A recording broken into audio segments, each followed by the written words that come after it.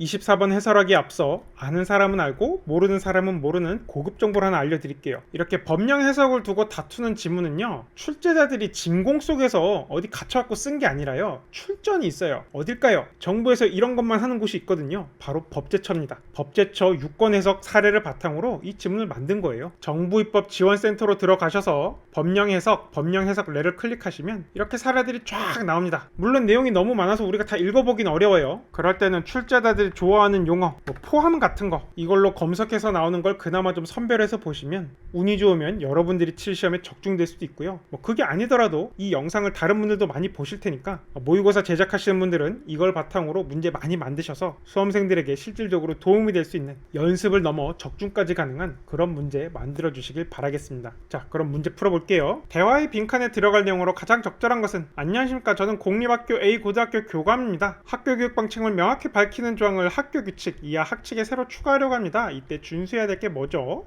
교육법에 어긋나지 않는 범위, 네 글자로 부합하는 이라고 해도 돼요. 부합하는 범위에서 제정이 이루어져야 됩니다. 그렇군요. 교육법 제8조 1항 학교회장은 법령의 범위에서 학칙을 제정할 수 있다는 규정에 근거해서 학칙을 만들고 있습니다. 그런데 최근 우리 도의회에서 제정한 학생인권 조례를 보니까 우리 학교에서 만들고 있는 학칙이랑 어긋나는 것이 있습니다. 이 경우에 법적 판단은 어떻게 됩니까? 자, 논점이 뭔지 보이죠? 만약 조례가 법령이라면 조례에 어긋나는 학칙을 만들 수가 없을 거고, 만약 조례가 법령이 아니라면 조례에 어긋나는 학칙을 만들 수 있겠죠. 그것이 법령에 어긋나지 않는 한. 자, 그래서 여기 뭐라고 답변을 했는데 갑이 뭔가 꼬투리를 잡습니다. 아니, 아까 제8조 1항에서 법령이라는 용어를 사용하고 있는데 뒤에 제10조 2항을 보면 조례라는 용어를 사용하고 있어. 그래서 교육법에서는 법령과 조례를 구분하는 것 같아. 이건 뭐예요? 조례가 법령이 아니다 라는 내용이죠. 그래서 여기까지의 흐름만 봐도 학생인권 조례도 법령이다가 들어가야 적절하다고 추측할 수가 있어요. 자, 이에 대해서 의리 반박을 합니다. 그건 다른 문제입니다. 10조 제2항에 나온 이 조례는 법령의 위임을 받아 제정되는 위임입법입니다. 이거 무슨 소리일까요? 여기에는 약간의 배경 지식이 필요해요. 아마도 피셋 준비하는 분들은 기본적으로 행정법을 공부하기 때문에 요거는 자치조례고 이거는 위임조례야, 따라서 다른 문제지, 이렇게 이해할 수 있기를 출제자들이 바란 것 같아요. 만약 지금 이 영상을 보시는 분들 중에 행정법에 대해서 1도 모른다, 수능 수험생이거나 리트 수험생이겠죠? 그런 분들은 오르비 클래스 정기추 2에서 요 강의 꼭 보세요. 배경 지식으로 알아둘 만한 내용입니다. 따라서 제8조 1항에서의 법령에는 자치조례가 포함된다고 해석하고 있으며, 이 경우 제10조 2항의 조례와는 그 성격이 다르다고 할 수 있습니다. 이거는 위임조례니까. 결국 학생인권조례는 자치조례라서 법령에 포함된다. 자, 그러니까 갑이 갑자기 발끈해요. 아니, 교육법 제8조 1항은 학교 운영의 자율과 책임을 위한 건데 이러한 조례, 학생인권 조례, 이거를 지켜야 함으로 인해서 오히려 학교 교육과 운영이 침해당하는 건 아닙니까? 그러니까 우리 이제 반박을 합니다. 그래, 자율과 책임을 존중하는 건 당연하지. 근데 학칙을 제정할 때에도 반드시 지킬 것을 요구하는 최소한의 한계를 법령의 범위로 말로 표현한 거예요.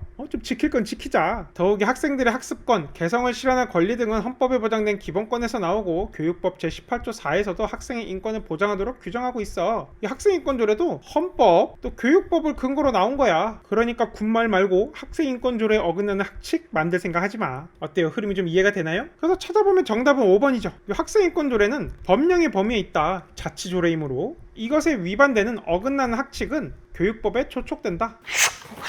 자, 1번 학생들의 학습권과 개성을 실현할 권리 제한될 수 있다, 말도 안 되고요. 2번 법령에 조례가 포함된다고 해석할 여지가 있었죠. 자치조례는 법령에 포함되는 거예요. 3번 교육법 제10조 2항에 따라 조례가 법령에 포함된다? 이렇게 따라서가 절대 아니죠. 4번 조례가 교육법에 어긋나는 규정이 있다, 이런 것도 말이 안 되고요. 자치조례는 상위법에 어긋나는 내용을 담을 수가 없죠. 이건 약간의 배경 지식만 있어도 바로 걸러낼 수 있어요. 그래서 정답은 5번. 자, 이 문제가 글의 흐름을 타면 그렇게 어려운 문제는 아닌데 이 을의 답변이 이해가 안 돼서 힘들었던 분들이 있었을 거예요. 공무원 시험이라는 특수성을 감안하여 자치조례, 위임조례 이러한 구분을 알고 있던 분들은 쉬웠겠지만 이거를 과연 언어논리 문제의 배경 지식으로 요구하는 게 합당하냐, 그거에 대해서는 저도 의구심이 좀 있습니다. 근데 이 문제를 통해 드러난 출제자의 요구사항은 뭐다? 그 정도는 상식으로 알고 있어야지 공무원 할 사람들이 라는 것 같아요. 이에 대한 배경 지식이 전혀 없는 분들은 이 행정입법 강의 꼭 들어두길 바랍니다.